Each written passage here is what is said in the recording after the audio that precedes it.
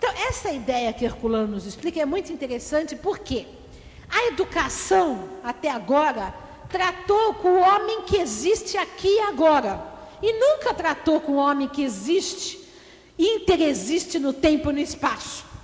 E esse é uma grande revolução conceitual na educação.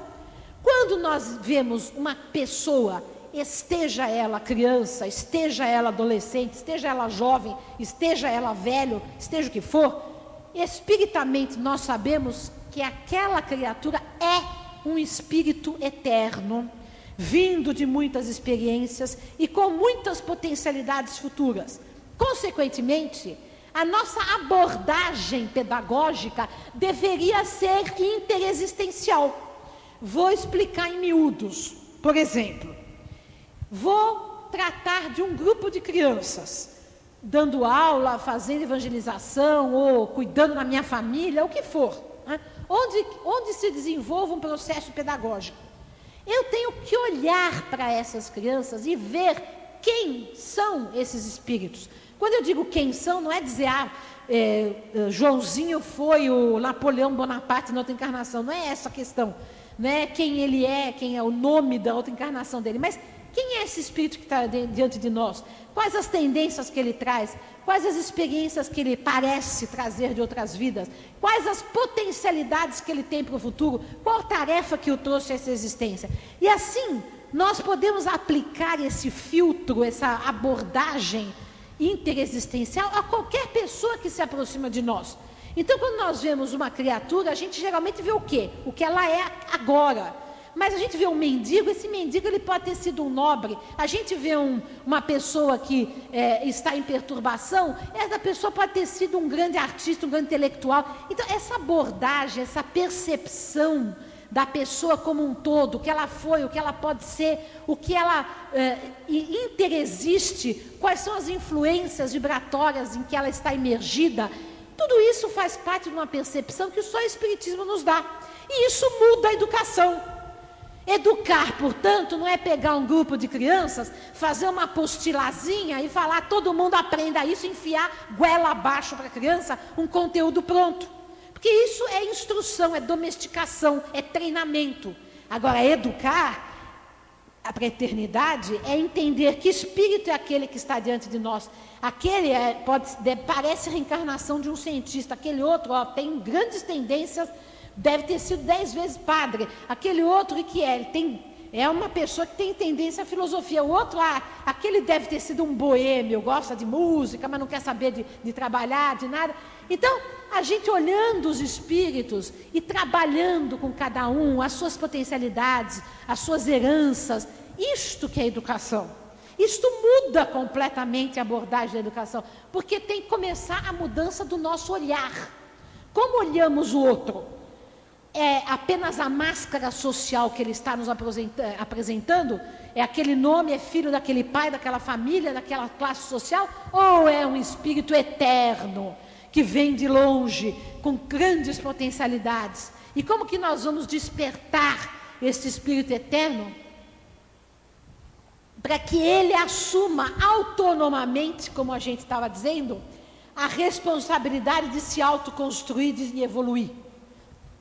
Então vejam o que é educação com a perspectiva para a eternidade. É olhar o outro com essa perspectiva de eternidade, não vê-lo apenas no aqui e no agora, olhar a nós mesmos com essa perspectiva de eternidade, não nos vermos apenas no aqui e no agora, né?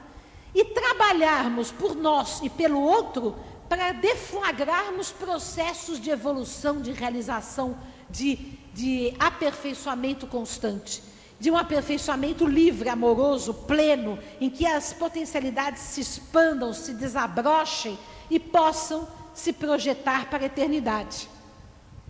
Por aí vocês veem as revoluções conceituais que o Espiritismo nos abre, mas que os espíritas até agora não se deram conta de nada disso, né?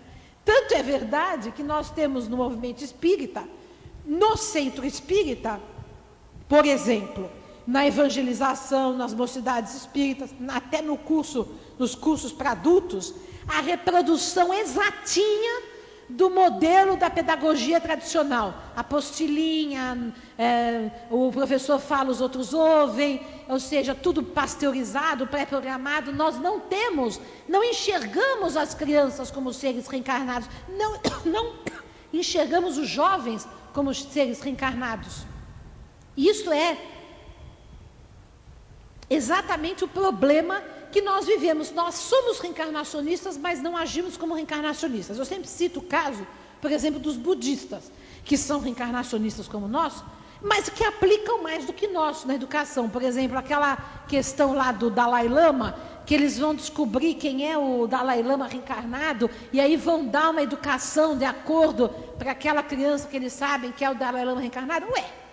Isso é, claro, dentro da filosofia deles, que a nossa é outra, mas é uma abordagem reencarnacionista da educação.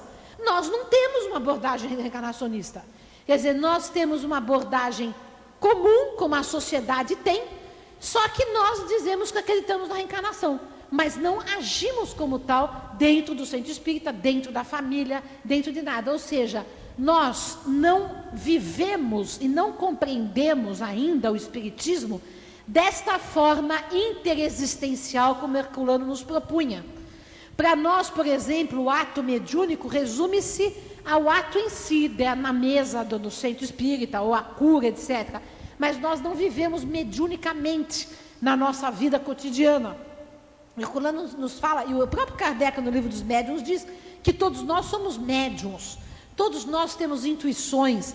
Então, a nossa percepção extrasensorial é uma das formas eficazes que nós temos para nos orientarmos na vida, para percebermos as coisas, as pessoas que nos cercam, as situações, enfim, e até nós mesmos, né? Mas se nós não nos abrimos para esta percepção, se nós vivemos fechados em nós mesmos, não entendemos que somos seres interexistenciais, então não podemos viver espiritamente como deveríamos ou poderíamos viver. Isso na educação é muito grave, porque ao educarmos ou pretendermos ajudar na educação de outro ser humano, nós devemos aplicar todas as percepções possíveis para entender aquele ser humano que está diante de nós. Isso em todos os relacionamentos humanos. Se nós passarmos, por exemplo, a entender as pessoas que nos cercam de outra maneira, não apenas do aqui e agora, mas quem é esse espírito, quais são as tendências, os problemas, os traumas, por que ele é agressivo assim, o que ele traz de trauma, de problema do passado, de experiência, o que ele promete ser, apesar de ser um espírito problemático, quais as potencialidades que ele tem. Então, toda essa abordagem interexistencial é que é propriamente essa abordagem de educação.